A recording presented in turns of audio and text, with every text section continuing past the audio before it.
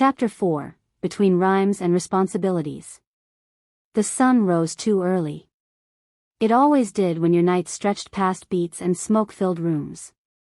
Joshua Johnson groaned as his phone alarm rattled against the nightstand, its cracked screen glowing 6:30 a.m. He rolled over, dragging a palm down his face. The urge to hit snooze tugged at him, but then a small voice drifted down the hall. "Daddy?" "Bae." Josh sat up immediately, exhaustion dissolving as fast as it came.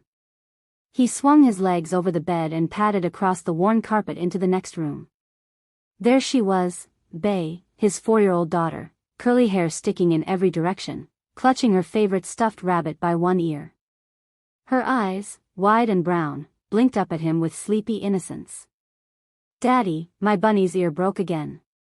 Josh knelt down, fixing the loose thread with his big hands, careful like the toy was made of glass.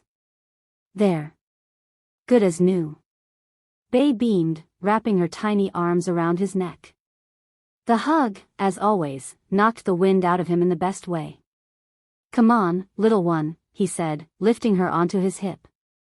"Let's get some breakfast before preschool." The kitchen was small, but Josh had learned to make it work. He set Bae on the counter while he stirred oatmeal on the stove, sneaking in blueberries the way she liked. "You going to rap today?" Bae asked between swinging her legs. Josh chuckled. "Maybe." "Why?" "'Cause you sound like the radio sometimes." She tilted her head, serious.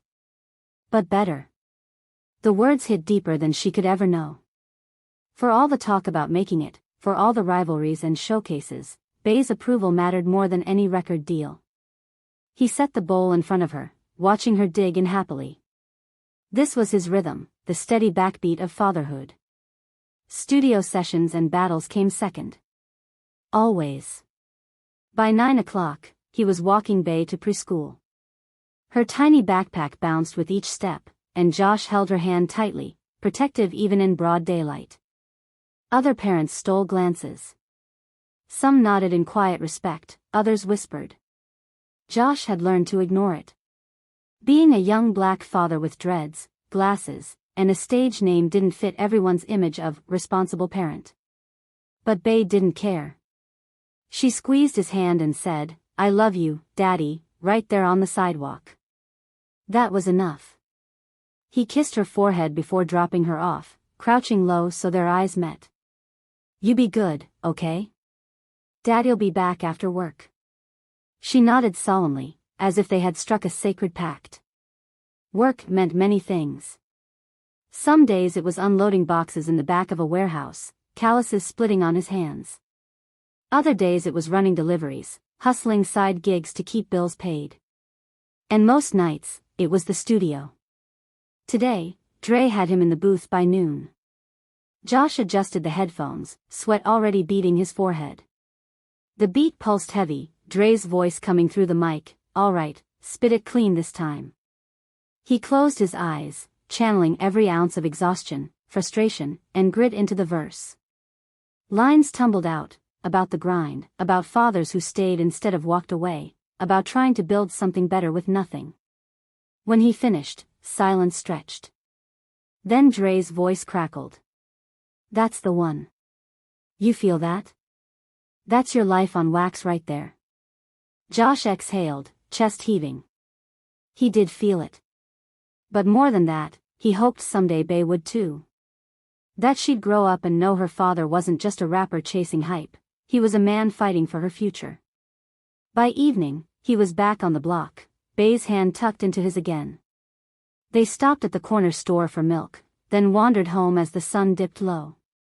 She chattered about her day, finger painting, nap time, how she shared her crackers with another girl who forgot her snack.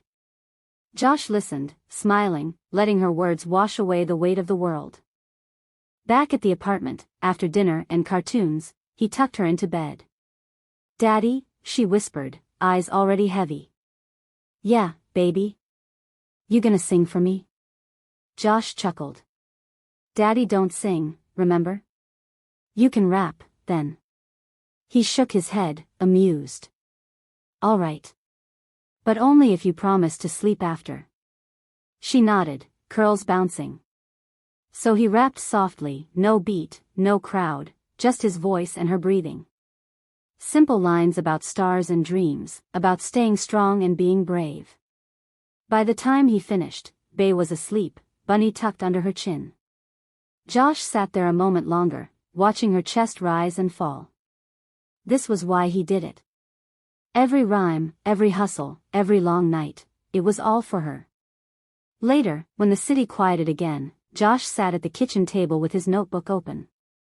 Words scrawled across the page, some scratched out, some circled. But tonight, his pen hesitated. Because for the first time in a long time, someone outside this apartment had managed to slip into his thoughts. Micah.